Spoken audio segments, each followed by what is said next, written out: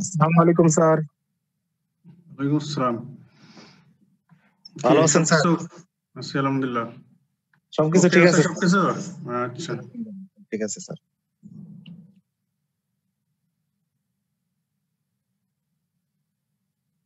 Participant 21 দেখতেছি।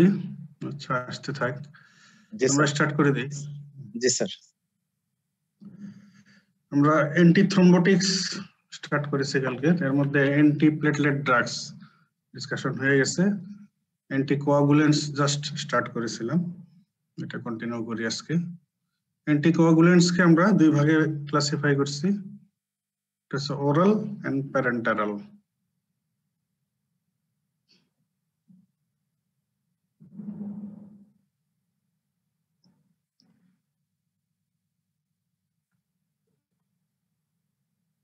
Oral anticoagulant, warfarin, parenteral anticoagulant, heparin, simply. আচ্ছা, oral anticoagulants এর মধ্যে যদি ওয়ারফেরিনটাই সবচেয়ে বেশি ডিসকাশন হয়, এছাড়াও আরো আছে। তো ভিটামিন কে অ্যান্টাগনিস্টের মধ্যে warfarin, ফেনিনডিওন, direct factor 10 activated factor 10 inhibitor রিভারক্সাবান and direct thrombin inhibitor, এগুলো কিন্তু সব ওরাল, ডাবিগাট্রান। এর মধ্যে কালকে বলতেছিলাম যে রিভারক্সাবান কিন্তু এখন এই কোভিড-19 এর কমপ্লিকেশন প্রিভেন্ট করার জন্য ইউজ করা হচ্ছে, কমপ্লিকেশন ম্যানেজমেন্টের জন্য, থ্রম্বোএম্বোলিক কমপ্লিকেশন। এছাড়া এবারে আচ্ছা, ওটা পরে আসি। তাহলে ওয়ারফেরিন নিয়ে যেহেতু সবচেয়ে বেশি কথা এবং রিটেনেও এটা আসে ভাবে, তো জিজ্ঞেস করা হয় mechanism of action of warfarin. আমরা কিন্তু এই ক্লাসিফিকেশনে দেখাইলাম, এটাকে বললাম ভিটামিন কে অ্যান্টাগনিস্ট। তার মানে এক কথায় যদি বলি, mechanism of action of warfarin হচ্ছে বাই ভিটামিন কে অ্যান্টাগনিজম।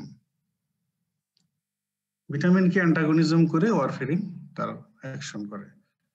কি করে এটা? এটা ইন্টারফেয়ার করে ভিটামিন কে সাইকেল। তোমরা কি ফিজিওলজি বায়োকেমিস্ট্রিতে ভিটামিন কে সাইকেল পড়ছো? Vitamin K cycle anybody? কি কোনো কথা নাই কেন? হ্যাঁ না একটা তো বলবে। ওই যে শুধু কার্বক্সাইলেশন করে ওইটা পড়ছিলাম স্যার। ওটা তো হচ্ছে ভিটামিন কে রোল কি, তাই না? রোল হচ্ছে গামা কার্বক্সিলেশন, যেটা ভিটামিন কয়েকটা ক্লটিং ফ্যাক্টরের সিনথেসিসের final step, that is maturation, active form formation হওয়া, সেটা হচ্ছে gamma carboxylation of the clotting factors 2, 7, 9, 10। এবং এই গামা কার্বক্সিলেশনটাই এনহ্যান্স করে হচ্ছে ভিটামিন কে, এটা হচ্ছে তার রোল। তো এখন হলো এই active vitamin K and inactive vitamin K, এই দুই ফর্মের মধ্যে কিন্তু ইন্টার কনভার্সন হয়, এটাই হচ্ছে vitamin K cycle.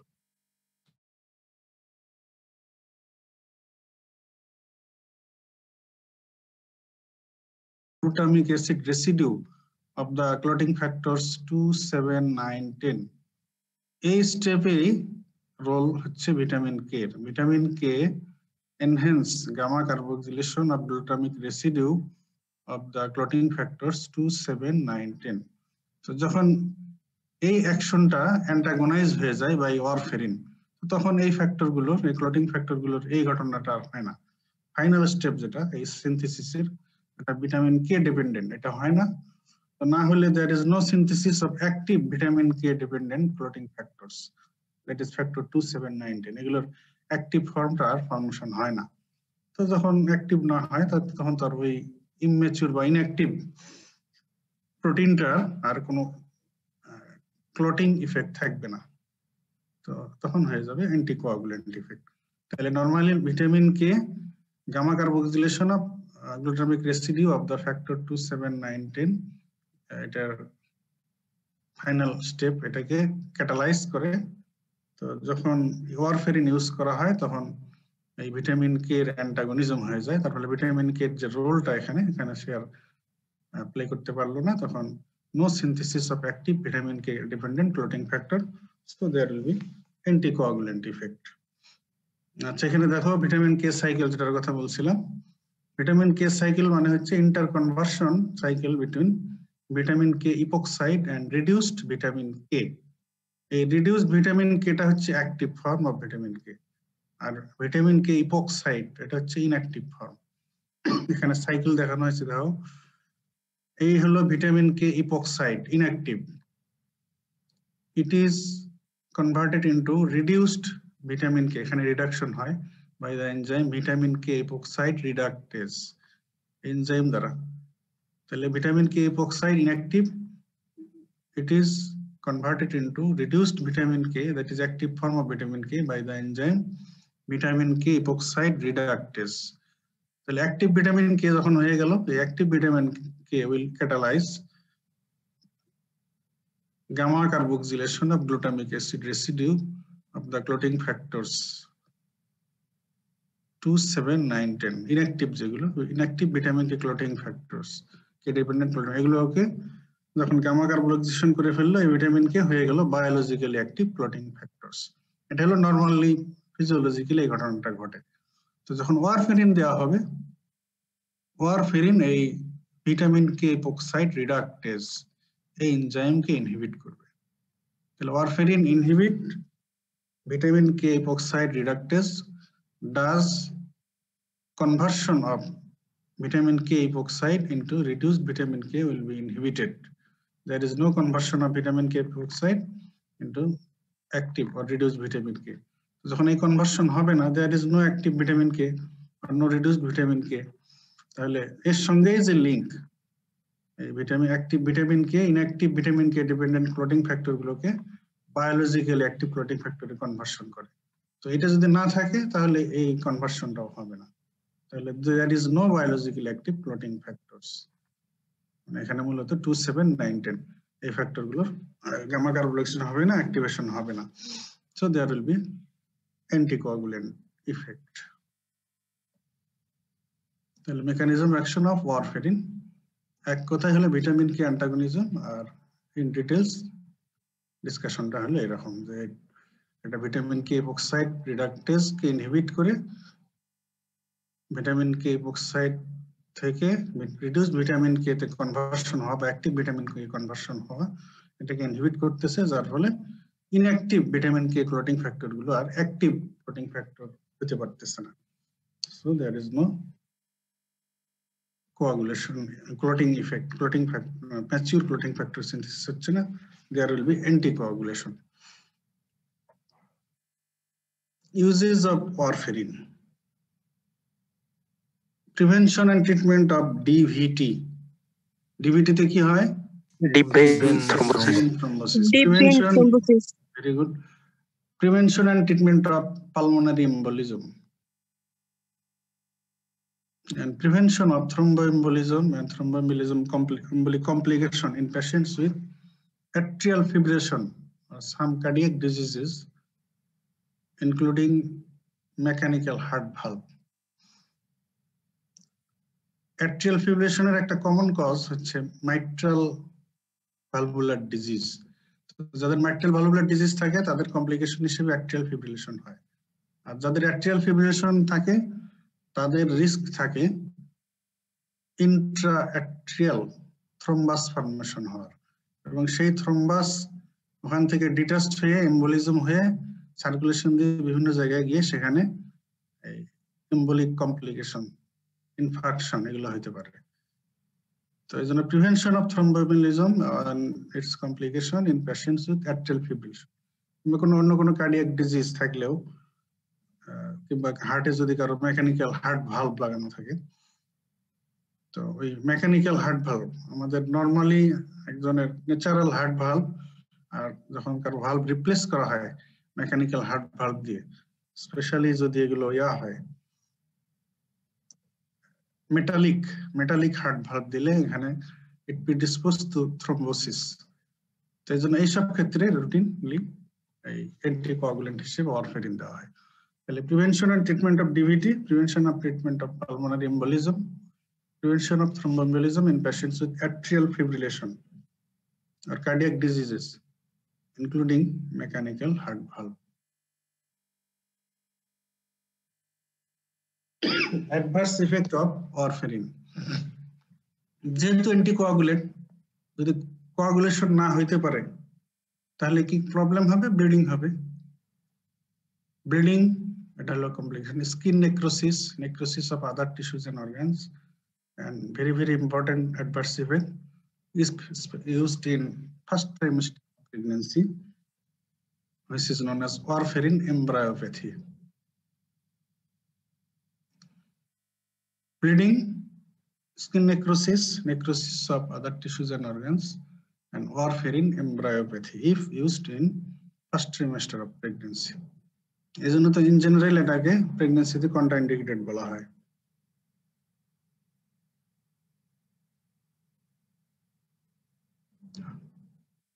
What is warfarin embryopathy? Warfarin is a small molecule. It crosses placenta, reaches the circulation of fetus, and may cause some anomaly, harmful effect. এটাকে বলা হচ্ছে warfarin embryopathy. কি হতে পারে? Chondrodysplasia punctata, একটা term, chondrodysplasia punctata. এটাতে কি হয়? অ্যাবনর্মাল কার্টিলেজ এন্ড বোন ফর্মেশন হয় in vertebra, femur and other bones. এছাড়া নেজাল হাইপোপ্লাসিয়া, হাইপারটেলোরিজম, হোয়াইট সেট আইজ। তাহলে ওয়ারফেরিন এমব্রায়োপ্যাথি কি? যে যদি first trimester of প্রেগন্যান্সিতে warfarin use করা হয় তাহলে যদি এটা স্মল মলিকুল প্লাসেন্টাকে ক্রস করতে পারে তো এটা ফিটাসের বডিতে গিয়ে যেসব হার্মফুল ইফেক্ট করবে এগুলোই হচ্ছে ওয়ারফেরিন এমব্রায়োপ্যাথি। তার মধ্যে প্রেজেন্টেশন রিলেটেড একটা term chondrodysplasia punctata, abnormal and bone cartilage formation in vertebra, femur and other bones, nasal hypoplasia, hypertelorism, white set eyes, এটাকে বলে hypertelorism। এবারে কন্ট্রাইন্ডিকেশনস অফ ওয়ারফেরিন। যেহেতু এখনই বলা হলো ওয়ারফেরিন এমব্রায়োপ্যাথি হয়, কাজে প্রেগন্যান্সিতে এটা contraindicated. Number 1 contraindication pregnancy, specially first trimester. এছাড়া ব্লিডিং ডিসঅর্ডার, ক্লটিং ডিসঅর্ডার, যেহেতু এটা adverse effect, number 1 adverse effect হচ্ছে ব্লিডিং। কাজে ব্লিডিং ডিসঅর্ডার, ক্লটিং ডিসঅর্ডার এগুলোতে contraindicated. Pregnancy, bleeding disorder, coagulation disorders. এখন ওয়ারফেরিন তো অনেক পেশেন্টকে দেয়াই লাগে, আবার দিতে গিয়ে যদি ওভারডোজ হয়ে যায় তখন কি হবে? ওভারডোজ হয়ে গেলে তো আসলে মূলত ব্লিডিং হবে। সেই ক্ষেত্রে আমাদের ম্যানেজমেন্ট কি, কিভাবে ম্যানেজ করতে হবে? নাম্বার 1 কথা হলো ওয়ারফেরিন স্টপ করে দেব। এরপরে ওয়ারফেরিনের অ্যাকশনকে অ্যান্টাগোনাইজ করতে হবে। তাহলে ওয়ারফেরিনের অ্যাকশনকে অ্যান্টাগোনাইজ করা যেতে পারে কি দিয়ে? মোর ভিটামিন কি। আমরা যেহেতু ওয়ারফেরিনের মেকানিজম দেখাইলাম যে সে নিজে ভিটামিন কে এর অ্যাকশনকে অ্যান্টাগোনাইজ করে কাজ করে, তো কাজেই যখন ওয়ারফেরিনের ওভারডোজ হয়ে যাবে, ওয়ারফেরিনের অ্যাকশনকে ওভার করতে হলে আমরা ওর যে অ্যান্টাগনিস্ট, যার অ্যান্টাগনিজম করে সে কাজ করে, সেটাকে যদি আমরা বাড়ায় দিই, সেটাকে যদি আমরা অ্যাডমিনিস্ট্রেশন করি, তার মানে ভিটামিন কে, তো ভিটামিন কে দিলে আইভি রুটে দিতে হবে। ভিটামিন কে আইভি রুটে দিলে এটা অ্যাকশনকে অ্যান্টাগনাইজ করতে পারে। তবে ভিটামিন কে দিলে কি তাড়াতাড়ি ওয়ারফেরিনের অ্যাকশন টার্মিনেশন হবে না একটু সময় লাগবে? কি মনে হয় তোমাদের?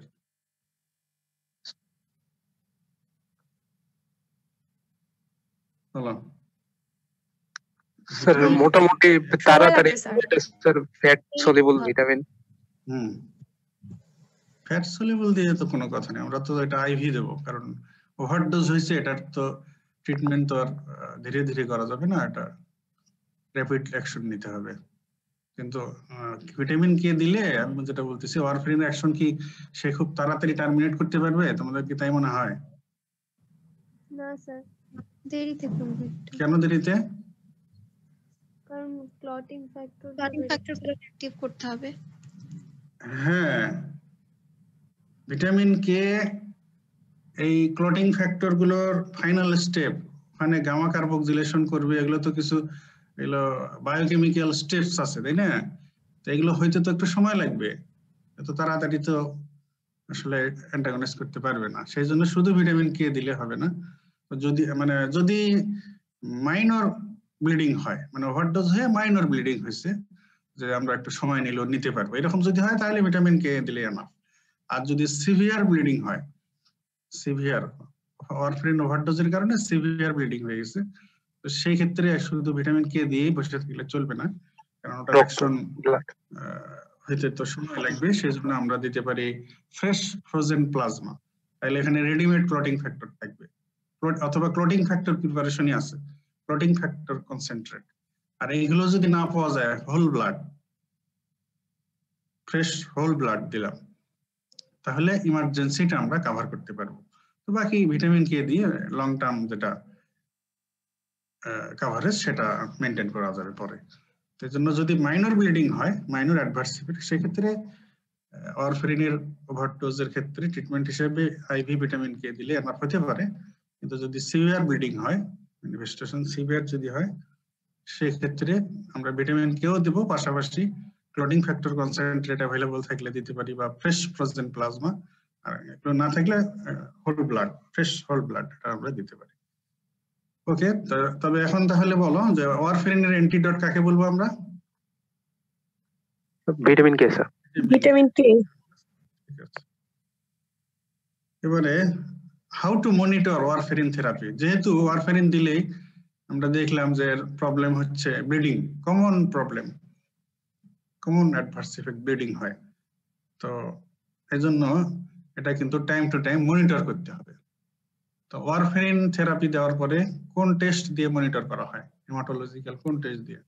প্রথমবিন টাইম ছিল, প্রথমবিন টাইম। তো প্রথমবিন টাইম ঠিক আছে, তবে প্র্যাকটিক্যালি ল্যাবরেটরিতে যেটা দেখা হয়, একটা পেশেন্টের প্রথমবিন টাইম আর একটা কন্ট্রোল থাকে সেটার প্রথমবিন টাইম, দুইটা রেশিও করে দেখা হয়, এবং এটাই ইন্টারন্যাশনালি কিন্তু মনিটর করা হয়। সেটাকে কি বলে? Ratio of patients prothrombin time to control prothrombin time, international normalised ratio, INR, international normalised ratio. ঠিক আছে, এগুলো তোমাদের হেমাটোলজিতে আরো এগুলো কিন্তু আছে, রিকমেন্ডেশন আছে কোন ক্ষেত্রে INR কত রাখতে হয়, আর্টেরিয়াল ফিব্রিলেশন থাকলে কত রাখতে হয়, ডিভিটি কত, পালমোনারি এম্বোলিজমের ক্ষেত্রে কত INR রাখতে হয়, এগুলো তোমরা হেমাটোলজিতে এগুলো পড়বে। এখন হলো ওয়ারফেরিনের সঙ্গে অনেক ড্রাগ ইন্টারাকশন হতে পারে।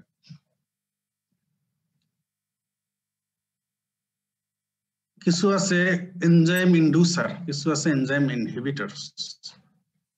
এখানে দেখো আমরা প্রথম দেখিয়েছি কি রিফাম্পিসিন প্লাস ওয়ারফেরিন।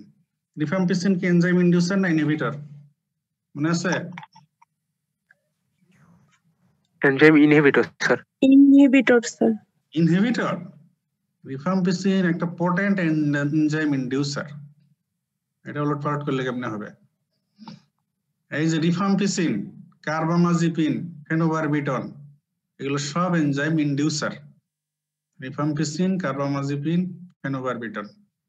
তাহলে এই এনজাইম ইন্ডিউসারের সঙ্গে যদি ওয়ারফেরিন ইউজ হয় একসঙ্গে, তাহলে কি করবে? এনজাইম ইন্ডিউসাররা ওয়ারফেরিনের মেটাবলিজমকে ইন্ডিউস করবে, মানে ওয়ারফেরিনের মেটাবলিজম বেড়ে যাবে। তো ওয়ারফেরিনের মেটাবলিজম বেড়ে গেলে কি হবে?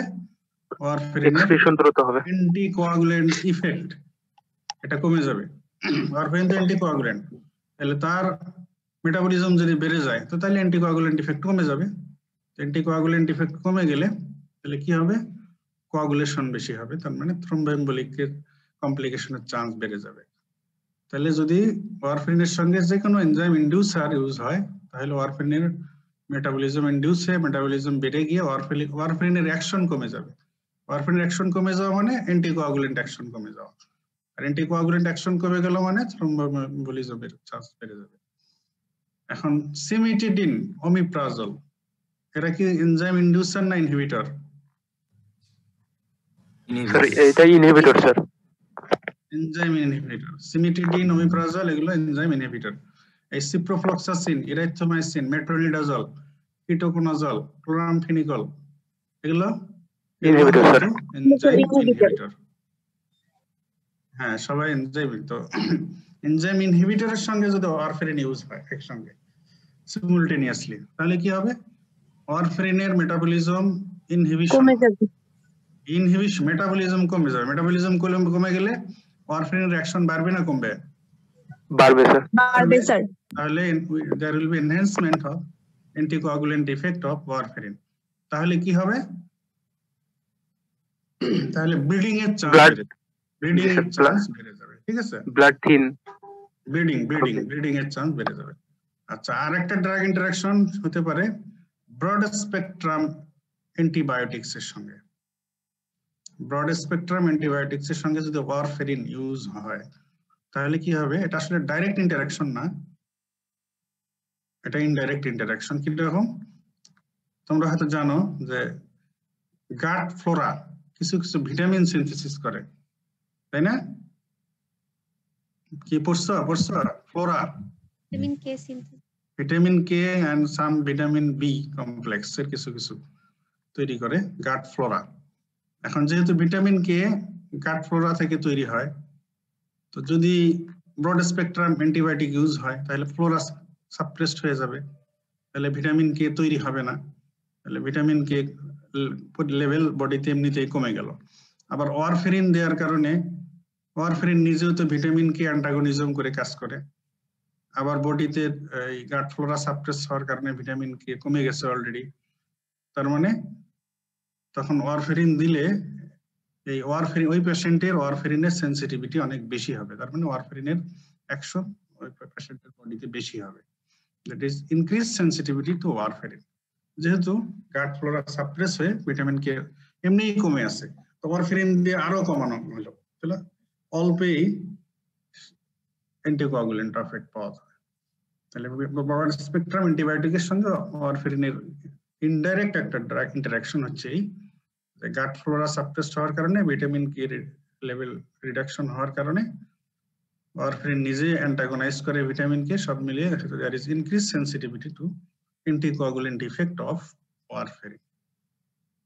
তাহলে এনজাইম ইন্ডিউসারের সঙ্গে ইন্টারঅ্যাকশন, এনজাইম ইনহিবিটরের সঙ্গে ইন্টারঅ্যাকশন, আর ব্রড স্পেকট্রাম অ্যান্টিবায়োটিক্স এর সঙ্গে ইন্টারঅ্যাকশন। স্যার একটা কোশ্চেন। বলো। স্যার আমাদের মানে vitamin K dependent clotting factor সিনথেসিসকে মানে প্রিভেন্ট করছে বলে স্যার কোয়াগুলেশন হচ্ছে না। এখন স্যার পালমোনারি এম্বোলিজম বা স্যার যে কোনো থ্রোম্বাস ফর্মেশন হলে তো ওইটা তো আগে ফর্মেশন হয়ে যায়। তো আগে ফর্মেশন হলে স্যার তখন তো মানে কে ডিপেন্ডেন্ট ক্লটিং ফ্যাক্টর ছিল, তাহলে পরে যদি ড্রাগ দিই তাহলে আমাদের কি লাভ হচ্ছে স্যার? Very good. তো তোমার এই কালকে ক্লাসে বলছি না যে এস্টাবলিশড থ্রোম্বাসকে লাইসিস করার জন্য ড্রাগ আছে, থ্রোম্বোলাইটিক ড্রাগ। থ্রোম্বোলাইটিক। থ্রোম্বোলাইটিক।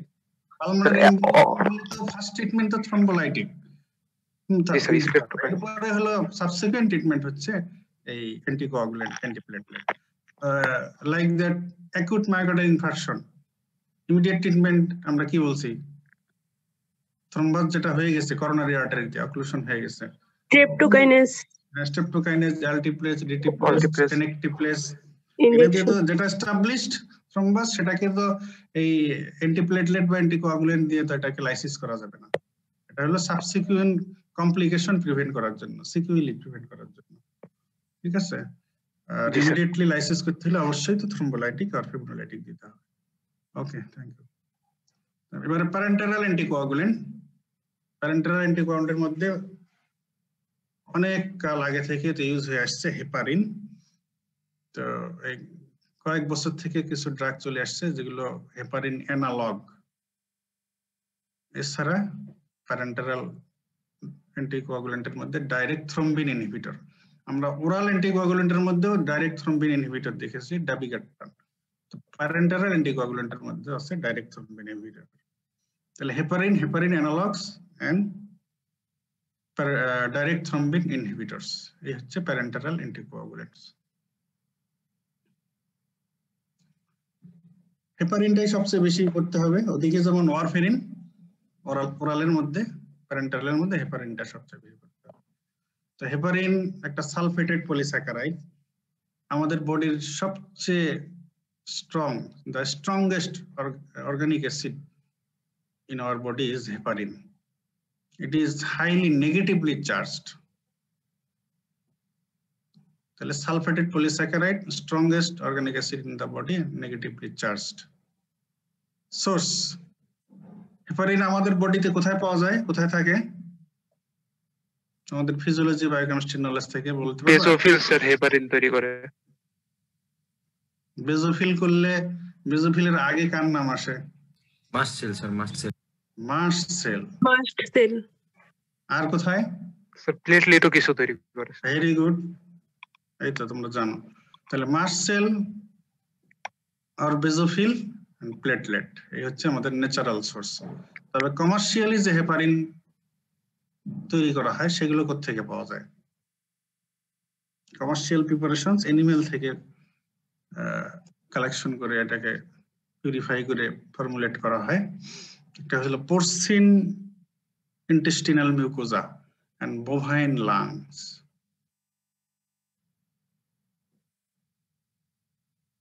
ঠিক আছে, porcine intestinal mucosa and bovine lungs থেকে কমার্শিয়াল হেপারিন গুলো ফর্মুলেট করা হয়।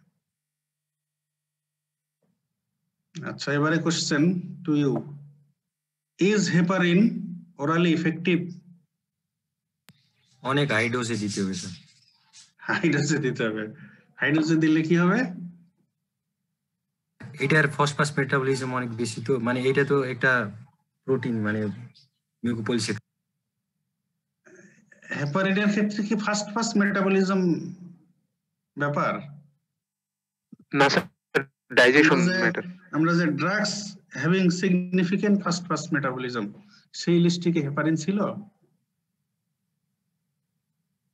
Drugs undergoing significant fast fast metabolism, এই ড্রাগ গুলো কি কি ছিল বলো দেখি? গ্লিসারল ট্রাইনেট। গ্লিসারল ট্রাইনেট ছিল। গ্লিসারিন ট্রাইনেট। আর কি ছিল?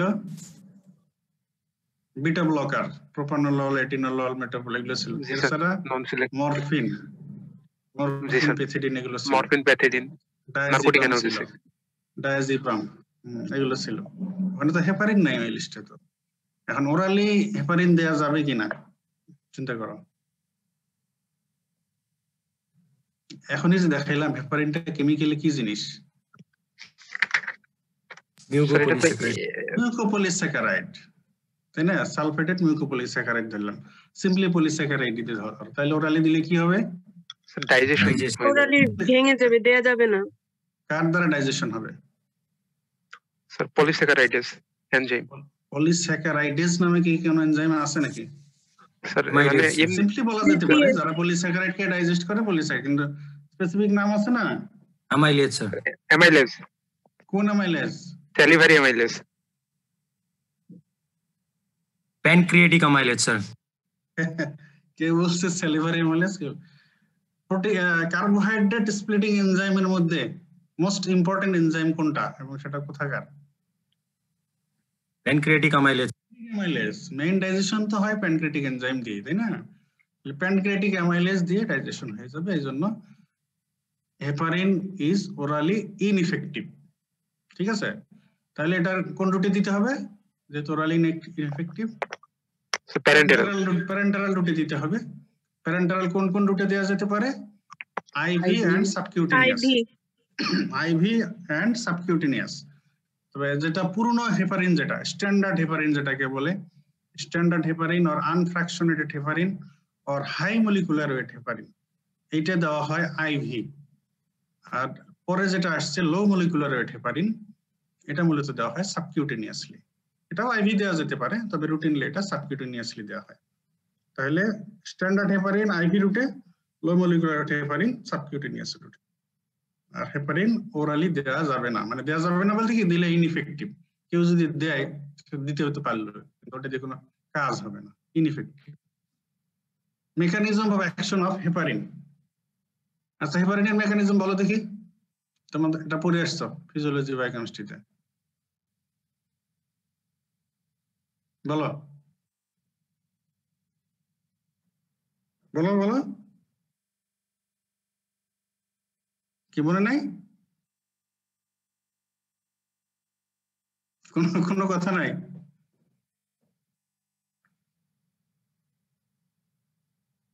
কি ব্যাপার একদম সাইলেন্ট? হ্যাঁ না তো বলবা।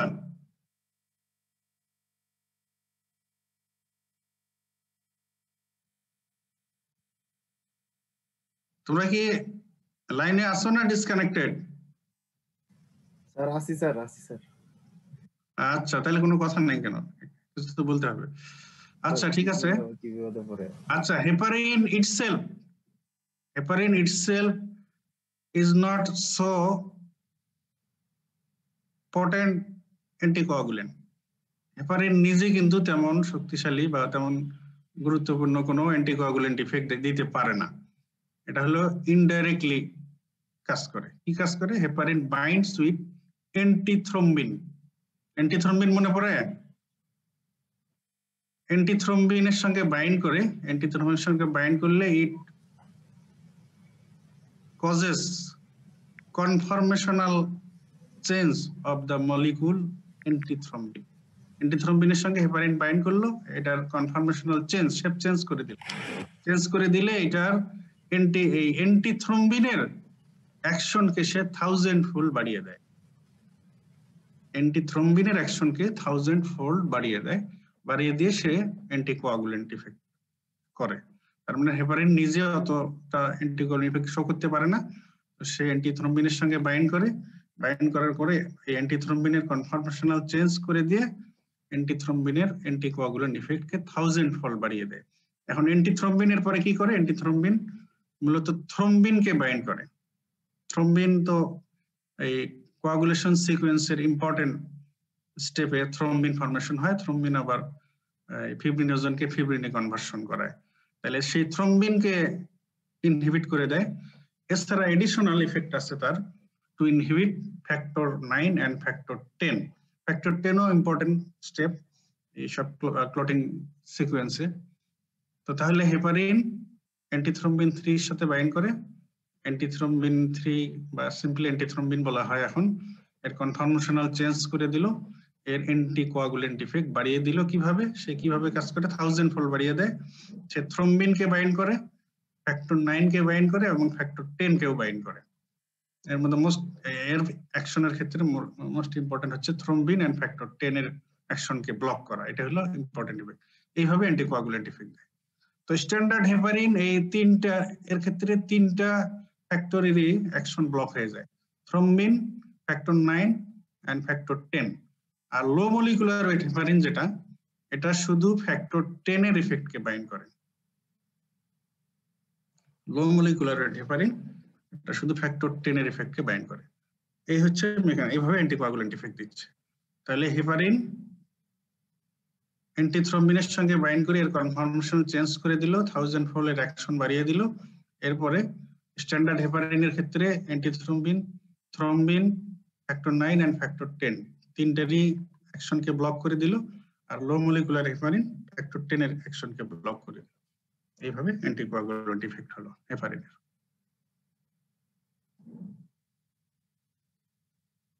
টাইপস অফ হেপারিন অলরেডি বলা হয়ে গেছে, স্ট্যান্ডার্ড হেপারিন আর হাই মলিকুলার হেপারিন আর আনফ্র্যাকশনেটেড হেপারিন আর লো মলিকুলার হেপারিন।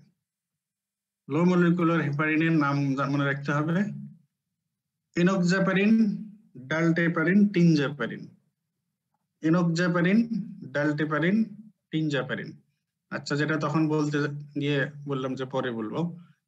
এর আগে যেমন বলেছি যে ওরাল অ্যান্টিকোয়াগুলেন্টের মধ্যে রিভারোক্সাবান, that is active factor 10 inhibitor oral, এটা যেমন COVID-19 A recommended to use. এই হেপারিনের মধ্যে আবার enoxaparin, it is also recommended to use at now in treatment of COVID-19. এটা আসলে ডাইরেক্ট অ্যান্টিভাইরাল না, এটা হচ্ছে কমপ্লিকেশন কে প্রিভেন্ট করার জন্য ইউজ করা হয়, কমপ্লিকেশন ম্যানেজ করার জন্য। তাহলে হেপারিনের মধ্যে enoxaparin, that is low molecular heparin, এটা ইউজ হচ্ছে কোভিড-19 এ ট্রিটমেন্টে সিভিয়ার কেসে। আর ওরালের মধ্যে রিভারোক্সাবান। তাহলে লো মলিকুলার হেপারিন গুলো হচ্ছে এনোক্সাপারিন, ডালটেপারিন এন্ড টিনজাপারিন। এই নামগুলো মনে রাখতে হবে, কিন্তু অন্তত এনোক্সাপারিন তো মনে রাখতেই হবে, এটা ভুললে চলবে না।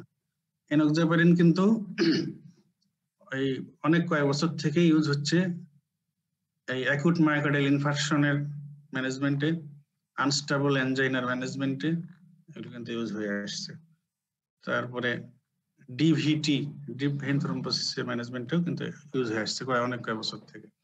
এটা কিন্তু অনেক নন drug now, enoxaparin, that is low molecular heparin.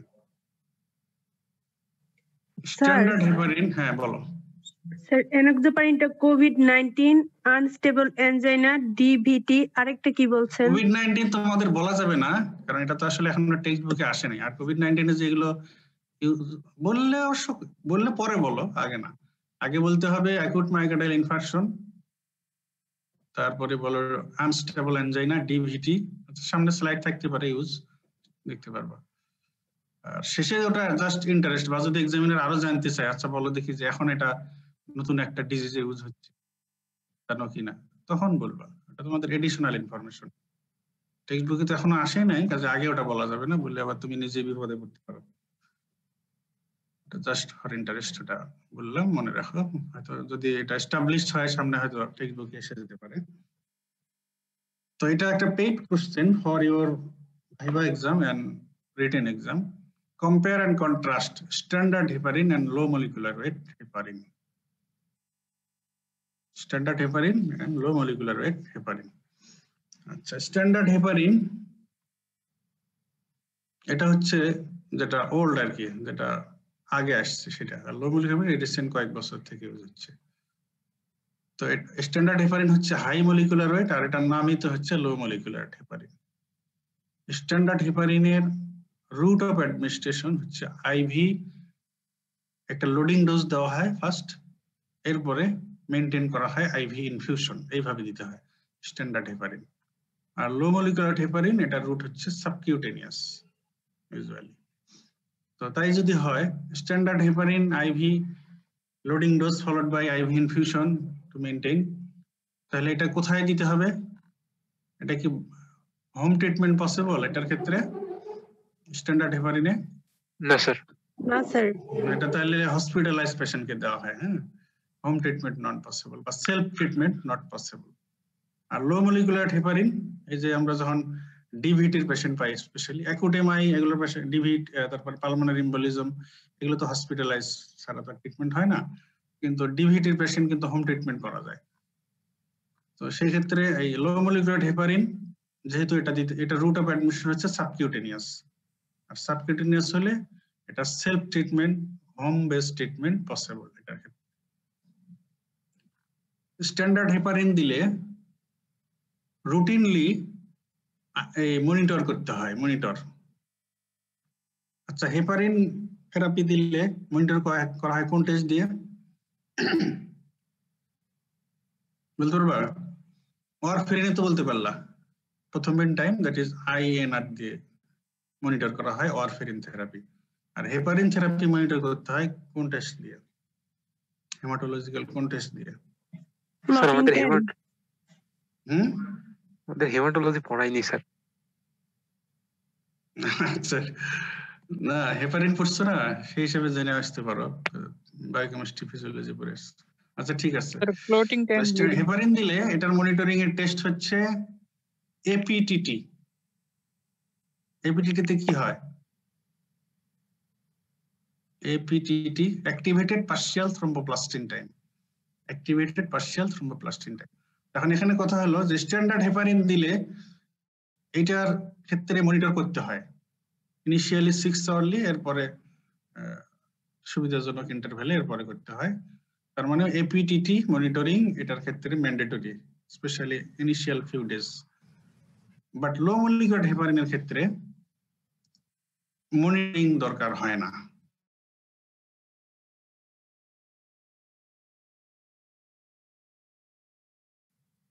আচ্ছা, এটার ক্ষেত্রে কেন মনিটরিং দরকার হয়, এটার ক্ষেত্রে কেন মনিটরিং দরকার হয় না? এটার কারণ হলো স্ট্যান্ডার্ড হেপারিনের ফার্মাকোকাইনেটিক প্রোফাইলস এটা ভেরিয়েবল। এটা দেখা যায় যে এক একজনের ক্ষেত্রে ফার্মাকোকাইনেটিক প্রোফাইল এক এক রকম হয়। কারো ক্ষেত্রে টি হাব বেশি হয়, কারো ক্ষেত্রে কম হয়, কারো ক্ষেত্রে ডিস্ট্রিবিউশন বেশি হয়, কম হয়, এক্সক্রিশন এরকম ভেরি করে। তার মানে ফার্মাকোকাইনেটিক প্রোফাইলটা স্ট্যান্ডার্ড হেপারিনের এটা ভেরি করে। বাট লো মলিকুলার হেপারিনের ক্ষেত্রে ফার্মাকোকাইনেটিক প্রোফাইল এটা ভেরি করে না, almost fixed.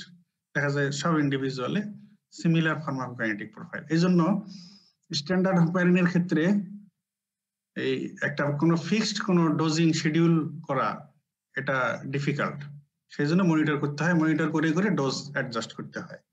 But low molecular হেপারিনের যেহেতু ফার্মাকোকাইনেটিক প্রোফাইল এটা যেহেতু প্রেডিক্টেবল, আমরা প্রেডিক্ট করতে পারি। স্ট্যান্ডার্ড হেপারিনের ক্ষেত্রে unpredictable pharmacokinetic profile, and low molecular হেপারিনের ক্ষেত্রে প্রেডিক্টেবল ফার্মাকোকাইনেটিক প্রোফাইল। এই জন্য যেহেতু প্রেডিক্টেবল, সবকিছু আমরা প্রেডিক্ট করতে পারি, হ্যাঁ এতটুকু ডোজ দিলে এরকম ইফেক্ট হবে, এই হবে। এই জন্য weight based daily administration possible in case of low molecular weight heparin.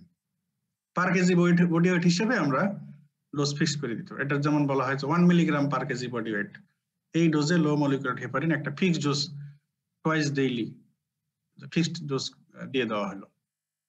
তো সে আর রুটো যেহেতু সাবকিউটেনিয়াস, তো পেশেন্ট বাড়িতে বসে সাবকিউটেনিয়াসলি ওই ডোজ তাকে যে ডোজ ফিক্সড করে দেওয়া হয়েছে পার কেজি বডি ওয়েট হিসেবে, সে সেটা সেলফ বা হোম ট্রিটমেন্ট হিসেবে নিতে পারবে। স্যার বাট হ্যাঁ বলুন স্যার, সাবকিউটেনিয়াস ইনজেকশনটা মানে কত ডিগ্রি অ্যাঙ্গেলে দিতে হয়? এগুলো পরে শিখবে প্র্যাকটিক্যালে। 25 থেকে 30, 25 না 45 ডিগ্রি অ্যাঙ্গেল থেকে 90 ডিগ্রি অ্যাঙ্গেলের মধ্যে দেওয়া হয়, এগুলো প্র্যাকটিক্যালি তোমরা শিখবে আর কি। এখন এই তাই যদি হয় স্ট্যান্ডার্ড হেপারিন, এটা আইভি রুটে আইভি লোডিং ডোজ দিয়ে ইনফিউশন মেনটেন করতে হয়, এটা মনিটর করতে হয়, কারণ এটা ফার্মাকোকাইনেটিক প্রোফাইল আনপ্রেডিক্টেবল আর এটা প্রেডিক্টেবল।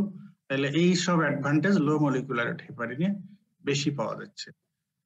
তবে যদি ইমার্জেন্সি অ্যান্টিকোয়াগুলেন্ট ইফেক্ট দরকার হয়, যেমন মেসিভ পালমোনারি এম্বোলিজম, এখানে কিন্তু ইমার্জেন্সি অ্যান্টিকোয়াগুলেশন দরকার, তো সেই ক্ষেত্রে কিন্তু লো মলিকুলার হেপারিন দিয়ে লাভ নাই, এখানে দিতে হবে আবার স্ট্যান্ডার্ড হেপারিন। এটা যেহেতু আইভি রুটে দেওয়া হয়, এটার অ্যাকশন র্যাপিডলি স্টার্ট হয়ে যাবে, সেই ক্ষেত্রে এটাই আবার চুজ করতে হবে। পালমোনারি, এই জন্য পালমোনারি মেসিভ পালমোনারি এম্বোলিজমের ক্ষেত্রে আবার চয়েস হচ্ছে স্ট্যান্ডার্ড হেপারিন। বাট আদার কন্ডিশনে যেমন অ্যাকিউট এমআইএ দেওয়া হয়, আনস্টেবল অ্যানজাইনাতে দেওয়া হয়, তারপরে ডিপ ভেইন থ্রোম্বোসিসে দেওয়া হয়, এখানে লো মলিকুলার হেপারিনই প্রেফার করা হচ্ছে। আর এখন যে কোভিড-19 দেওয়া হচ্ছে সেটাও লো মলিকুলার হেপারিনই, এনোক্সাপারিন এটাই দেওয়া হচ্ছে। আচ্ছা, এখন হলো যদি হেপারিন ওভারডোজ হয়ে যায়, সেই ক্ষেত্রে কোনটার ক্ষেত্রে কেমন অবস্থা হবে? আচ্ছা, ডিউরেশন অফ অ্যাকশন কি স্ট্যান্ডার্ড হেপারিনের বেশি, মানে হাফ লাইফ, নাকি লো মলিকুলার হেপারিনের বেশি? স্যার লো মলিকুলার ওয়েটের হাফ লাইফ বেশি হবে। স্যার। লো মলিকুলার হেপারিনেরই হাফ লাইফ বেশি, এর ডিউরেশন অফ অ্যাকশনও বেশি, এই জন্য এটা once or twice daily per kg body weight হিসেবে এটা ক্যালকুলেট করে দেওয়া যায়। কিন্তু standard হেপারিনের half life short, duration of action short, জন্যই তো এটা লোডিং ডোজ দিয়ে এরপরে আইভি ইনফিউশন মেইনটেইন করতে হয়, কন্টিনিউয়াস আইভি ইনফিউশন মেইনটেইন করতে হয়। তো এখন যদি হেপারিনের অ্যাডভার্স ইফেক্ট দেখা দেয়, তাহলে স্ট্যান্ডার্ড হেপারিনের ক্ষেত্রে আর লো মলিকুলার হেপারিনের কোনটার ক্ষেত্রে ম্যানেজমেন্ট কি হবে এবং কোনটার ক্ষেত্রে ইফেক্টিভলি ম্যানেজ করা যাবে? সে লো মলিকুলার হেপারিন দিচ্ছ, তার ক্ষেত্রে ব্লিডিং শুরু হয়ে গেল, ট্রিটমেন্ট স্টার্ট করে দেওয়া হলো। ট্রিটমেন্ট কি হবে? লো মলিকুলার হেপারিন দিলে হেপারিনটাকে বন্ধ করতে হবে। তো যদি সকালের ডোজ দেওয়াই হয়ে থাকে, তো বন্ধ করার তো আর উপায় নেই, যেটা ডোজ দেওয়া হয়ে গেছে সেটা তো হয়েই গেছে। কিন্তু স্ট্যান্ডার্ড হেপারিনের ক্ষেত্রে যদি ব্লিডিং দেখা দেয়, তো ওই ইনফিউশন স্টপ করে দিলে ওটার অ্যাকশন অল্প সময়ের মধ্যে টার্মিনেট হয়ে যাবে। এই জন্য অ্যাডভার্স ইফেক্ট দেখা দিলে আবার স্ট্যান্ডার্ড হেপারিনের ক্ষেত্রে অ্যাডভার্স ইফেক্ট ট্যাকল দেওয়া তাড়াতাড়ি সম্ভব, কিন্তু লো মলিকুলার হেপারিন এর অ্যাডভার্স ইফেক্ট দেখা দিলে এটা ডোজ যা দেওয়া হয়ে গেছে, একটা ডোজ দিলে তো 12 ঘন্টা এটার অ্যাকশন, তো তাড়াতাড়ি টার্মিনেট করা এটার ক্ষেত্রে আবার ডিফিকাল্ট। ঠিক আছে, তো দেখা যাচ্ছে যে ম্যাক্সিমাম বেনিফিটই আমরা দেখতেছি লো মলিকুলার হেপারিনের ক্ষেত্রে, শুধু কিছু কিছু ক্ষেত্রে স্ট্যান্ডার্ড হেপারিনের, যেমন ইমার্জেন্সি ইউজের ক্ষেত্রে, যেমন মেসিভ পালমোনারি এম্বোলিজম, আর যদি অ্যাডভার্স ইফেক্ট দেয় এটার ক্ষেত্রে র্যাপিড টার্মিনেশন সম্ভব, জাস্ট ইনফিউশন স্টপ করে দিলে কিছু সময়ের মধ্যে বন্ধ হয়ে যাবে। আচ্ছা, আর এছাড়া ওভারডোজ হয়ে গেলে অন্য একটা হলো যে স্টপ করে দিলাম, ইনফিউশন তো স্টপ করা সম্ভব, আর এটা তো যা দেওয়া হয়ে গেছে। আর কি দেওয়ার আছে? ওভারডোজ হয়ে গেলে হেপারিন ওভারডোজের ট্রিটমেন্ট কি করার আছে, বা how to reverse adverse effects of heparin overdose. ওয়ারফিনের যেমন অ্যান্টিডট দেওয়া হলো, হেপারিনের অ্যান্টিডট নাই। হেপারিনের অ্যান্টিডট কি? যাই হোক, তোমাদের জানার হয়তো কথা না। Protamine sulphate.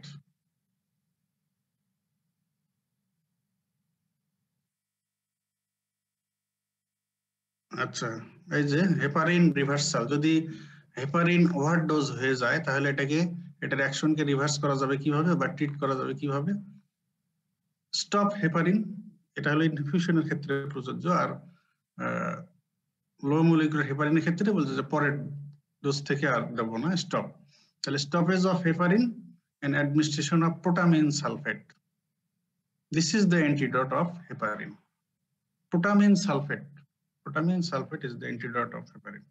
তাহলে ওয়ারফারিনের অ্যান্টিডট হচ্ছে ভিটামিন কে, ফ্রেশ ফ্রোজেন প্লাজমা, এটাকে অনেক সময় কেউ কথা বলা আছে অ্যান্টিডট। আর হেপারিনের অ্যান্টিডট হচ্ছে protamine sulphate. Antidote of heparin হচ্ছে প্রোটামিন সালফেট। আচ্ছা, এবারে অ্যাডভার্স ইফেক্টস অফ হেপারিন। যে কোনো অ্যান্টিকোয়াগুলেন্টের নাম্বার 1 অ্যাডভার্স ইফেক্ট আসবে bleeding. Heparin induced thrombocytopenia, HIT। Heparin দিলে কারো প্লেটলেট কাউন্ট কমে যায় 4-5 দিনের মধ্যে। This is heparin induced thrombocytopenia. Osteoporosis, তো যদি specially pregnant lady more than 6 month continuous heparin use করে, তার ক্ষেত্রে অস্টিওপোরোসিসের রিস্কটা বেশি। Skin necrosis, reversible alopecia, hypersensitivity reaction. The adverse effects of heparin: bleeding, HIT or heparin-induced thrombocytopenia, osteoporosis if pregnant lady takes heparin more than 6 months continuously, skin necrosis, reversible alopecia, hypersensitivity reaction. অন্তত প্রথম তিনটা ভালো করে মনে রাখতে হবে: bleeding, HIT and osteoporosis.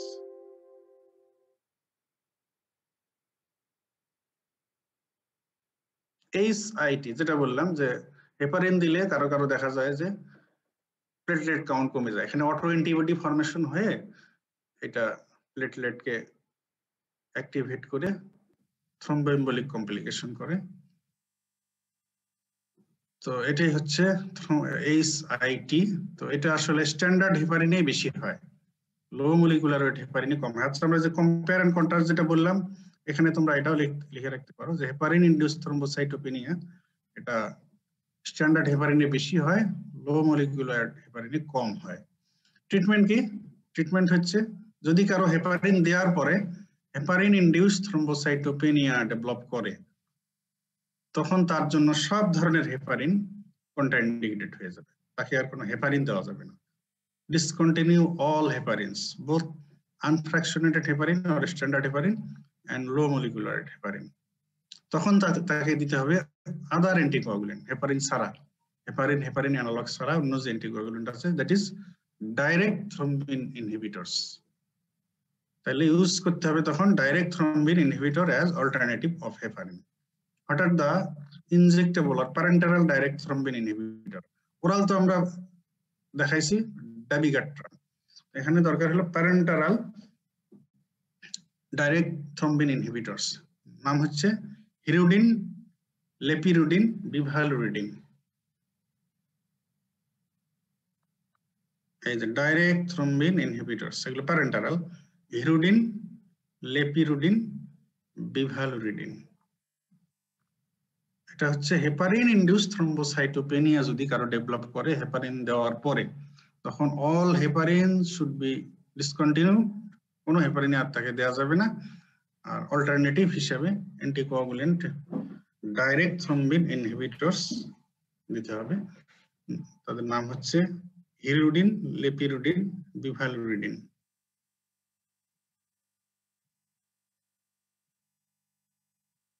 What are the uses of heparin?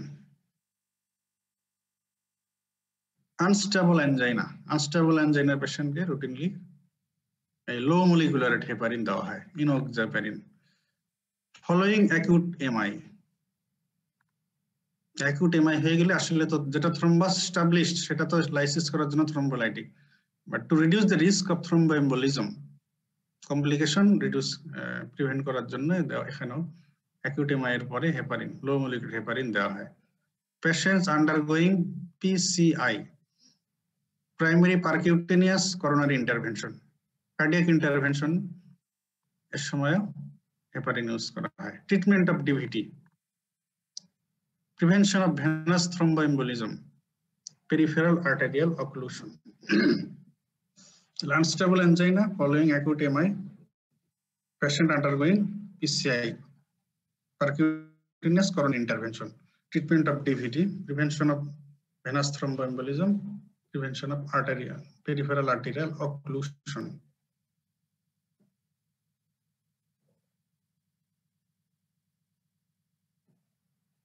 Monitoring of heparin therapy, একটু আগে বলেই ফেলেছি যে হেপারিনের মনিটরিং করা হয় APTT দিয়ে, অ্যাক্টিভেটেড পার্শিয়াল থ্রম্বোপ্লাস্টিন টাইম। তবে লো মলিকুলার ওয়েট হেপারিনের অ্যাডভান্টেজ হচ্ছে এটার যেহেতু ফার্মাকোকাইনেটিক প্রোফাইল প্রেডিক্টেবল, সেজন্য ওয়েট বেসিসে ফিক্সড ডোজে অ্যাডমিনিস্ট্রেশন করা পসিবল, এবং এখানে APTT দিয়ে মনিটরিং ইউজুয়ালি দরকার হয় না। There is no need of monitoring by APTT in case of low molecular weight heparin therapy, but for standard heparin or unfractionated heparin, monitoring is must by APTT.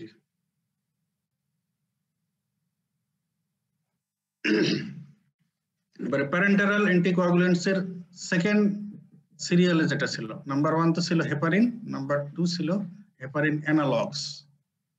এই heparin analogues গুলো ইদানিং use হচ্ছে, ফন্ডাপেরিনুক্স, ইড্রাপেরিনুক্স, ডানাপেরিনয়েড। ফন্ডাপেরিনুক্স, ইড্রাপেরিনুক্স and ডানাপেরিনয়েড, এরা হচ্ছে direct heparin না, হেপারিনের কাছাকাছি molecule, এজন্য বলা হচ্ছে হেপারিন অ্যানালগ। ফন্ডাপেরিনুক্স, ইড্রাপেরিনুক্স, ডানাপেরিনয়েড। আচ্ছা, অনেক সময় তোমাদের এই কোশ্চেন ফেস করতে হতে পারে ভাইভাতে or রিটেনে। Compare and contrast warfarin and heparin. তাহলে যা ডিসকাশন করা হয়ে গেছে এগুলো সামারাইজ করে লিখতে হবে। ওয়ারফেরিন হচ্ছে ওরাল অ্যান্টিকোয়াগুলেন্ট, হেপারিন হচ্ছে প্যারেন্টারাল অ্যান্টিকোয়াগুলেন্ট। ওয়ারফেরিনের মেকানিজম হচ্ছে ভিটামিন কে অ্যান্টাগনিজম, আর হেপারিনের মেকানিজম হচ্ছে অ্যান্টিথ্রম্বিন এর অ্যাকশনকে এনহ্যান্স করে দিয়ে থ্রম্বিন ফ্যাক্টর 9 and 10 এগুলোর অ্যাকশনকে ব্লক করে দিয়ে কাজ করে।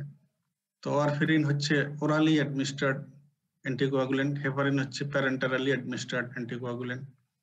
এরপরে ওয়ারফেরিনের ইউজ গুলো কোথায় কোথায় আমরা বললাম সেগুলো বলো, হেপারিনের ইউজ গুলো বলো, ওয়ারফেরিনের ইম্পর্টেন্ট অ্যাডভার্স ইফেক্ট গুলো বলো, হেপারিনের ইম্পর্টেন্ট অ্যাডভার্স ইফেক্ট গুলো বলো। এরপরে ওয়ারফেরিন কোথায় কন্ট্রাইন্ডিকেটেড, আমরা বললাম যে warfarin প্রেগন্যান্সিতে, specially first trimester of প্রেগন্যান্সিতে contraindicated, কারণ এই টাইমে দিলে ওয়ারফেরিন এমব্রায়োপ্যাথি হতে পারে। কিন্তু হেপারিনের কিন্তু প্রেগন্যান্সিতে সেফ, হেপারিন দিলে কোনো এটার কোনো ফিটাসের উপরে এটার কোনো হার্মফুল ইফেক্ট নাই। ওয়ারফেরিন ওভারডোজ হয়ে গেলে এটা ট্রিটমেন্ট কি?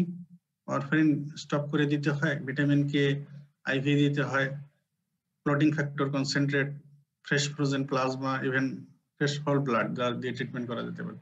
আর হেপারিন এর ক্ষেত্রে ডিসকন্টিনিউ হেপারিন, এরপরে অ্যান্টিডট হিসেবে প্রোটামিন সালফেট এটা দেওয়ার কথা বলা হয়েছে।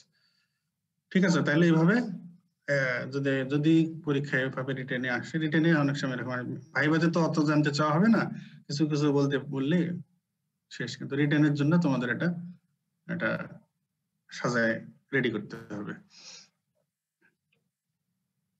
এবারে অ্যান্টিকোয়াগুলেন্টস বললাম। এখন uses of anticoagulants in pregnancy. প্রেগন্যান্সিতে anticoagulant আমরা কখন কোনটা কিভাবে ইউজ করব? আমরা এখনই বললাম যে warfarin is contraindicated in pregnancy, especially in first trimester. কারণ এটা স্মল মলিকুল প্লাসেন্টা ক্রস করে ফিটাসের জন্য এটা হার্মফুল ইফেক্ট করে, এই জন্য এটা কন্ট্রাইন্ডিকেশন। আবার এই টাইমে তাহলে অল্টারনেটিভ হিসেবে কি দেবো আমরা?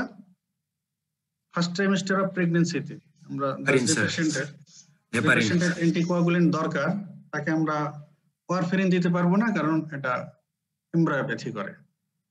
তাহলে কি দেবো? Heparin sir. Heparin, very good. তাহলে সুটেবল অল্টারনেটিভ অবশ্যই হেপারিন দেবো আমরা। আবার হেপারিনের যে অ্যাডভার্স ইফেক্ট গুলো বললাম মনে আছে? কি কি বলেছি? ব্লিডিং, তারপরে কি বলেছি? HIT, very good. তারপরে কি বলেছি?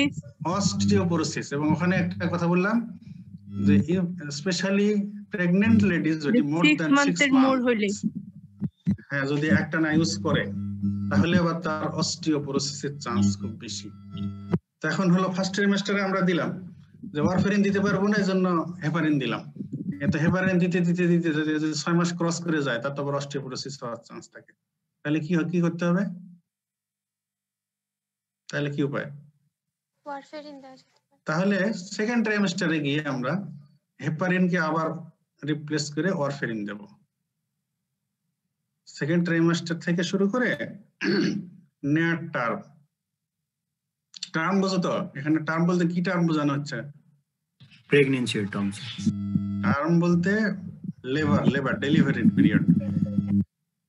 তো তাহলে ফার্স্ট ট্রাইমেস্টারে হেপারিন দেবো, যেহেতু ওয়ারফেরিন এটা এমব্রায়োপ্যাথি করে। কিন্তু আবার হেপারিন প্রেগন্যান্সিতে বেশি দিন দিলে, 6 মাস পার করে দিলে, তখন আবার অস্টিওপোরোসিস হতে পারে। সেই জন্য সেকেন্ড ট্রাইমেস্টারে গিয়ে আমরা আবার হেপারিন স্টপ করে ওয়ারফেরিন দিতে পারি। এখন ওয়ারফেরিন আবার এখানে আমরা বললাম আপ টু নেয়ার টার্ম, তার মানে হলো টার্মে গিয়ে আমরা আবার কিছু একটা চেঞ্জ করব। কেন চেঞ্জ করা দরকার বলে দেখি?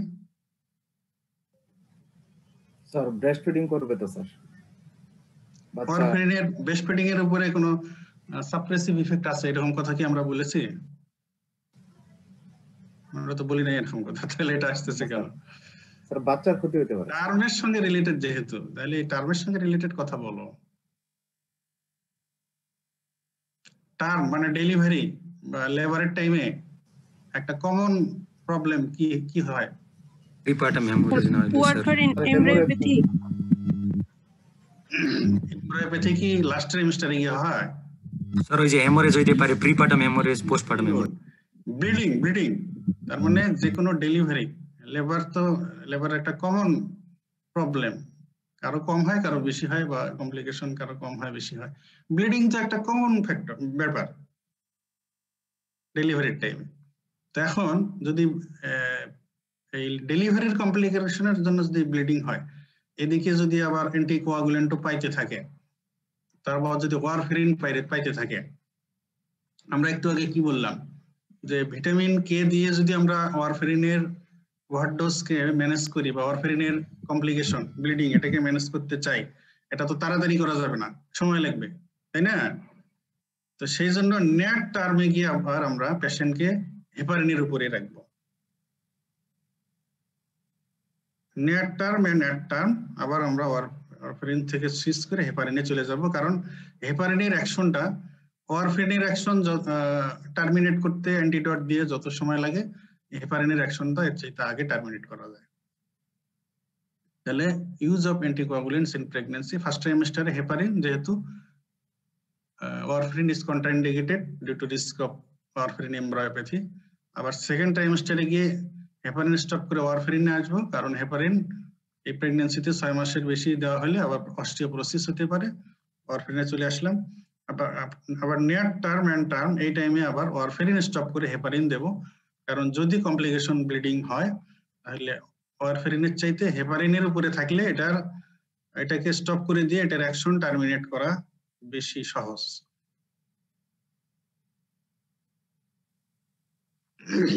আচ্ছা, এবার হলো থ্রম্বোলাইটিক। আমরা প্লেটলেট অ্যান্টিকোয়াগুলেন্ট শেষ করলাম।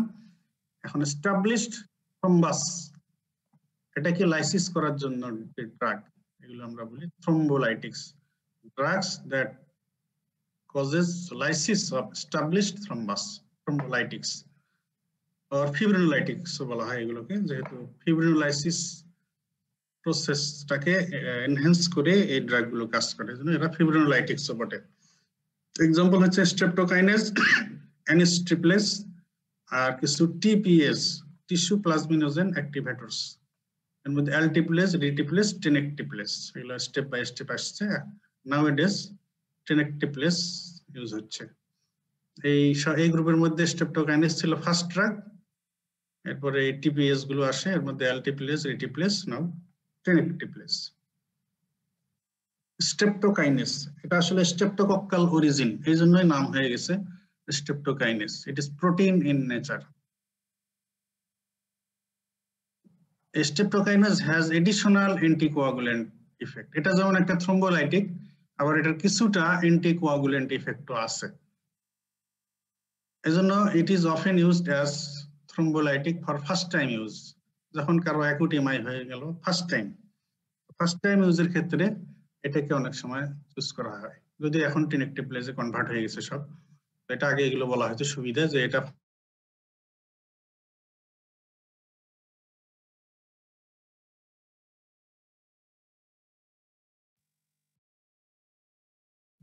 Protein in nature.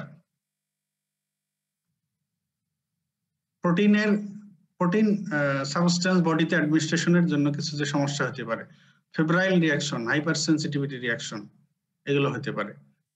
তাহলে may induce febrile reaction, hyper sensitivity reaction, may cause hypotension, এগুলো হলো প্রবলেম। আবার এটা may induce development of neutralizing antibody.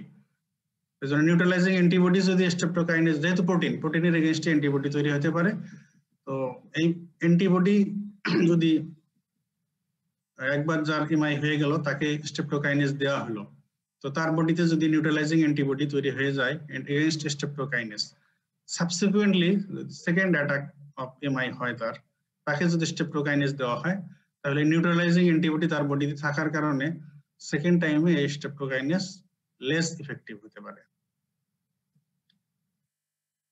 Streptokinase causes lysis of both clot fibrin and non-clot fibrin and produce generalized hypocoagulable state, so there is more risk of bleeding.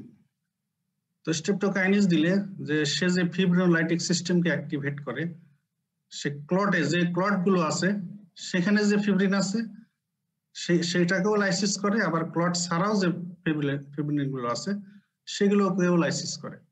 এজন্য ক্লটেও lysis হবে, আবার clot ছাড়াও generalise তার হাইপোকোয়াগুলেবল state develop করবে, সেজন্য bleeding এর risk বেশি হতে পারে। তাহলে এই জন্যই আসলে এখন এটা বাদ দিয়ে পরের গুলোতে চলে আসছে ইউজের ক্ষেত্রে।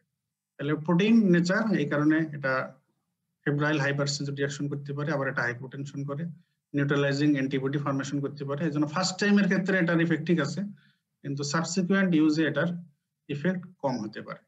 আর এটা জেনারেলাইজড হাইপোকোয়াগুলেবল স্টেট ফর্মেশন করে, এই কারণে ব্লিডিং এর চান্সও বেশি। ইউজেস অফ স্ট্রেপ্টোকাইনেজ, আমরা শুধু স্ট্রেপ্টোকাইনেজ বলেছি, আসলে যে সব থ্রম্বোলাইটিকেরই ইউজ এগুলো। Acute myocardial infarction, deep vein thrombosis, massive pulmonary embolism, এই তিনটা হচ্ছে most important. Acute myocardial infarction, deep vein thrombosis, massive pulmonary embolism. Acute arterial thromboembolism, central retinal artery thrombosis, central retinal vein thrombosis, এগুলা আরো কিছু use.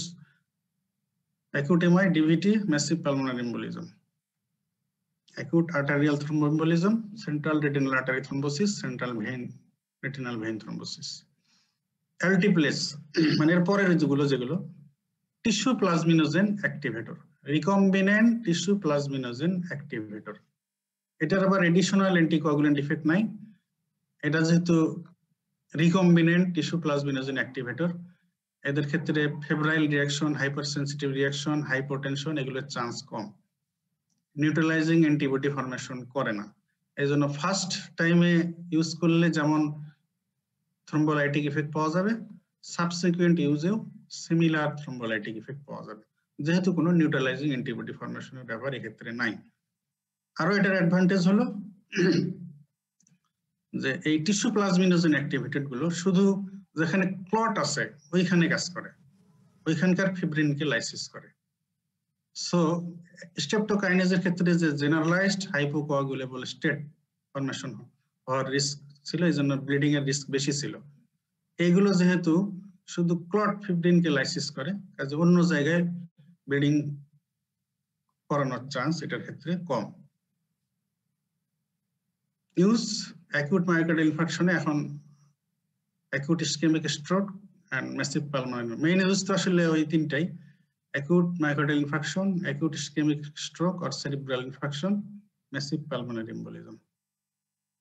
এখন streptokinase versus alteplase or reteplase or এখন যেটা use হচ্ছে টেনেকটিপ্লেজ, এটা অনেক সময় ইউজ করতে হতে পারে কোশ্চেন। তো এই যে দুইটা যে ডিসকাশন করলাম ওগুলো বলে দিলেই হবে।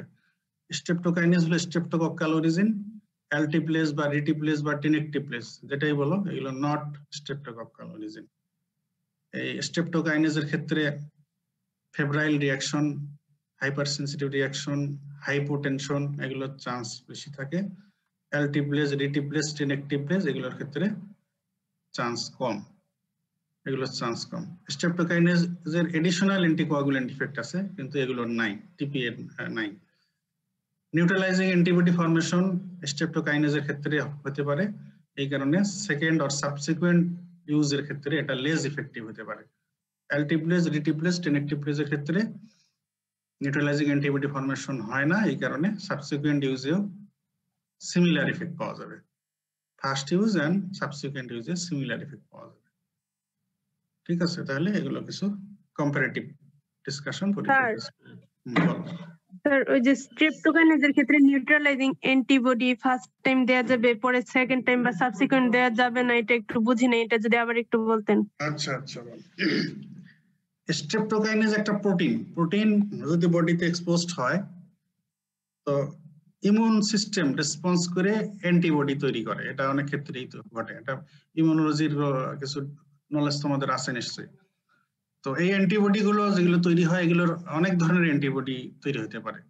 কোনোটা আছে নিউট্রালাইজিং অ্যান্টিবডি, কোনোটা আছে যেটা কমপ্লিমেন্ট ফিক্সেশন করে, কোনোটা আছে মেমব্রেন লাইসিস করে, কোনোটা আছে কেমোট্যাক্সিস করে, এরকম বিভিন্ন ধরনের আছে। তো স্ট্রেপ্টোকাইনেজের ক্ষেত্রে দেখা গেছে যে এটা কারো বডিতে অ্যাডমিনিস্ট্রেশন করলে তার বডিতে অ্যান্টিবডি তৈরি হয় যেটা নিউট্রালাইজিং ইন নেচার। নিউট্রালাইজিং মানে এই স্ট্রেপ্টোকাইনেজকে নিউট্রাল করতে পারবে এরকম অ্যান্টিবডি। তো ফার্স্ট এক্সপোজারে তো এটা ইউজ করা হলো, তার বডিতে অ্যান্টিবডি তৈরি হয়ে থাকলো। ওই সেম পেশেন্ট যদি second time acute MI attack নিয়ে আসে, তো তার ক্ষেত্রে যদি আবারও স্ট্রেপ্টোকাইনেজ ইউজ করা হয় এবং প্রিভিয়াস অ্যাডমিনিস্ট্রেশনের সময় তার বডিতে যদি অ্যান্টিবডি নিউট্রালাইজিং অ্যান্টিবডি তৈরি হয়ে থাকে, তাহলে যখনই স্ট্রেপ্টোকাইনেজ তার বডিতে ঢুকবে তার সার্কুলেশনে অলরেডি নিউট্রালাইজিং অ্যান্টিবডি আছে, সেই নিউট্রালাইজিং অ্যান্টিবডি গুলো স্ট্রেপ্টোকাইনেজকে নিউট্রালাইজ করে ফেলবে। যার ফলে আমরা যে উদ্দেশ্য নিয়ে স্ট্রেপ্টোকাইনেজ দেব থ্রম্বোলাইসিস, ওই অ্যাকশন হওয়ার আগে অ্যান্টিবডি তাকে নিউট্রালাইজ করে ফেলবো, তাহলে তার কোনো ইফেক্ট পেলাম না বা কম পেলাম। এই তবে এই প্রবলেমটা হ্যাঁ টিপি এর গুলোর ক্ষেত্রে এই প্রবলেমটা সাধারণত হয় না। Contraindications of thrombolytics: uncontrolled hypertension, haemorrhagic stroke, intracerebral tumor, recent neurosurgery or recent brain trauma within 10 days, massive hemorrhage or mesosurgery of thorax or abdomen within 10 days. মানে যেসব কন্ডিশনে ব্লিডিং এর রিস্ক আছে সেই সব কন্ডিশনে আসলে থ্রম্বোলাইটিক, কারণ থ্রম্বোলাইটিক দিলে তো ব্লিডিং হতেই পারে, কারণ থ্রম্বাস লাইসিস করা মানে কোনো জায়গায় যদি এই থ্রম্বাস দিয়ে ব্লিডিং স্টপ করে দিয়ে থাকে সেটাও লাইসিস হয়ে যাবে ভাস্কুলার সিস্টেমের কথা, তখন ব্লিডিং বেড়ে যাবে। এই জন্য আনকন্ট্রোল হাইপারটেনশনের ক্ষেত্রেও এই ভাস্কুলার হেমোরেজ, সেরিব্রাল হেমোরেজ হয়ে যেমন স্ট্রোক হওয়ার রিস্ক থাকে আনকন্ট্রোল, সেই জন্যই থ্রম্বোলাইটিক ইউজ করলে তো সেই রিস্ক আরো ডাবল হয়ে গেল, বেড়ে গেল। Uncontrol hypertension, haemorrhagic stroke, cerebral tumour, recent surgery, neurosurgery or brain trauma within 10 days, massive hemorrhage or major surgery of thorax or abdomen within 10 days. এইসব কন্ডিশনে থ্রোম্বোলাইটিক্স আর কন্ট্রাইন্ডিকেটেড। যেখানে ব্লিডিং হইলেই হেভি রিস্ক, যদি ব্রেনে ব্লিডিং হয় তাহলে stroke হয়ে যাবে, সেরিব্রাল হেমোরেজ স্ট্রোক হয়ে যাবে। তো এইসব কন্ডিশনের জন্য ব্রেন ট্রমা, থোরাক্স আর অ্যাবডোমেনে যদি হিউজ ব্লিডিং হয় তো এটা হেভি রিস্কি, সেই জন্য এইসব কন্ডিশনে থ্রোম্বোলাইটিক্স কন্ট্রাইন্ডিকেটেড। এবারে উল্টা গ্রুপ, সেটা হলো অ্যান্টিফিব্রিনোলাইটিক্স। এতক্ষণ আমরা বললাম থ্রোম্বোলাইটিক্স অর ফিব্রিনোলাইটিক্স, মানে যেখানে থ্রোম্বোএম্বোলিক কমপ্লিকেশন হয়ে কোনো প্রবলেম হয়ে গেছে সেই ক্ষেত্রে থ্রম্বাসকে, এস্টাবলিশ থ্রম্বাসকে লাইসিস করার জন্য ছিল থ্রোম্বোলাইটিক্স আর ফিব্রিনোলাইটিক্স। আর যখন আমরা চাবো যে থ্রম্বাস লাইসিস না হোক, ক্লট লাইসিস না হোক, বরং ক্লট দিয়ে কোনো ভাস্কুলার ইনজুরি বা কোনো লিকেজ এটা বন্ধ হয়ে থাক, সেক্ষেত্রে আমাদের কাম্য হবে যে ফিব্রিন ক্লট যেটা ফর্মেশন হয়ে গেছে এটা লাইসিস না হোক। এই জন্য ইউজ করা হবে অ্যান্টিফিব্রিনোলাইটিক্স, drugs that prevent fibrinolysis or that stop or arrest fibrinolysis. এই গ্রুপের মধ্যে ড্রাগ বেশি নাই। Tranexamic acid, caprolysin or amino caproic acid and aprotinine. Tranexamic acid এটাই সবচেয়ে বেশি ইউজ হয় এই গ্রুপের মধ্যে। Tranexamic acid, amino caproic acid, aprotinine. Tranexamic acid, amino caproic acid, aprotinine. Uses of this antifibrinolytic agent or especially tranexamic acid to prevent or control bleeding after prostate surgery. Prostatectomy পরে বা TURP পরে দেখা যায় অনেক পেশেন্টের catheter দিয়ে blood দেখা যাচ্ছে, তো সেই ক্ষেত্রে কন্ট্রোল করার জন্য বা অনেক সময় আগেও দিয়ে দেওয়া হয় to prevent or control bleeding after prostate surgery, after tonsillectomy, after uterine cervical কোন বায়োপসি। ইউটেরাইন সার্ভিক্স থেকে কোন শেপ বায়োপসি নেওয়া হয়, এরপরে ব্লিডিং হতে পারে, এটাকে কন্ট্রোল করার জন্য ট্রানেক্সামিক অ্যাসিড। আর এটা একটা অবশ্য common use in case of female menorrhagia. Menorrhagia মানে কি? excessive bleeding sir during menstruation. Excessive menstrual bleeding, হ্যাঁ অনেক ফ্যামিলির ক্ষেত্রে এটা প্রবলেম হয়, এক্সেসিভ মেনস্ট্রুয়াল ব্লিডিং হয়, তখন ট্রানেক্সামিক অ্যাসিড আদার ট্রিটমেন্টের সঙ্গে ট্রানেক্সামিক অ্যাসিডও দেওয়া হয়। After ocular trauma in von Willebrand disease, after dental extraction with desmopressin, in haemophilia after dental extraction with factor 8. তাহলে tranexamic acid or antifibrinolytic use to prevent bleeding or control after prostatectomy, after tonsillectomy, after uterine cervical cone biopsy. এছাড়া menorrhagia একটা important use, ocular trauma, von Willebrand disease আর haemophilia. এই দুইটা disease সম্পর্কে জানো তোমরা? Von Willebrand disease কি আর haemophilia কি?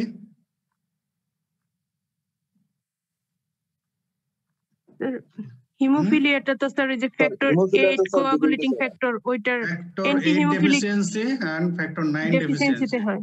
ফ্যাক্টর 8 ডেফিসিয়েন্সি হলে হিমোফিলিয়া এ, 9 ডেফিসিয়েন্সি হলে বি। আর ভন উইলিব্র্যান্ড ডিজিজ ফ্যাক্টর 8 এর কারণে স্যার। এটা হলো ভন উইলিব্র্যান্ড ফ্যাক্টর, একটা ফ্যাক্টর আছে প্রোটিন, এইটার ডেফিসিয়েন্সি আছে। এরা এই ফ্যাক্টর 8 এর সঙ্গে রিলেটেড, এটার ক্যারিয়ার হিসেবে কাজ করে, এটার ডেফিসিয়েন্সি হলেও এরকম ব্লিডিং হতে পারে। তো এই ক্ষেত্রে এসব ক্ষেত্রেও এই যে অ্যান্টিফিব্রিনোলাইটিক ট্রানেক্সামিক অ্যাসিড ইউজ হয়। কারণ কন্ট্রাইন্ডিকেশন অফ অ্যান্টিফিব্রিনোলাইটিক কখন ইউজ করা যাবে না, একটা হচ্ছে ডিআইসি। ডিআইসি তে কি হয়? Disseminated ইন্টারভাস্কুলার coagulation. আর একটা হচ্ছে জেনিটোইউরিনারি ট্র্যাক্ট ব্লিডিং। আমরা যদিও বিভিন্ন ব্লিডিং এ এটার ইউজের কথা বললাম, কিন্তু এই সব ক্ষেত্রেও আবার এই সব ক্ষেত্রে আবার এটাকে কন্ট্রাইন্ডিকেশন বলা হচ্ছে। ডিআইসি, ডিসেমিনেটেড ইন্টারভাস্কুলার কোয়াগুলেশন, এটা একটা গ্রেভ কন্ডিশন যেটা শুরু হয় ইন্ট্রাভাস্কুলার কোয়াগুলেশন দিয়ে। এটার আবার সিকুয়েল হিসেবে পরে কিন্তু আবার সিভিয়ার ব্লিডিং হয়। তো সেই জন্য এটা যেহেতু খুবই কমপ্লিকেটেড, এখানে আবার এটা ইউজ করা হয় না। আর জেনিটিভ ইউরিনারি ট্র্যাক্ট ব্লিডিং, তো এখানকার ব্লিডিং কে যদি আমরা স্টপ করে দিয়ে ক্লট বানায় দেই, তাহলে আবার ইউরিনারি ট্র্যাক্ট যেমন ইউরেটার, এখানে যদি একটা ক্লট থাকে, তো এই ক্লটকে রিমুভ করার জন্য ইউরিনারি ট্র্যাক্ট বা ইউরেটার এটা কিন্তু কন্ট্রাক্ট করবে, তখন কিন্তু সিভিয়ার পেইন হবে। ক্লট কলিক, এটাকে বলে ক্লট কলিক হতে পারে। এই জন্য এখানে সব ক্ষেত্রে এটা কন্ট্রাইন্ডিকেটেড। ডিআইসি এর এক্সপ্লেনেশন আর একবার বলেন। ডিআইসি তোমাদের একটা ডিটেইলস পড়তে হবে প্যাথোলজিতে, এরপরে তোমরা হেমাটোলজিতেও পড়বে।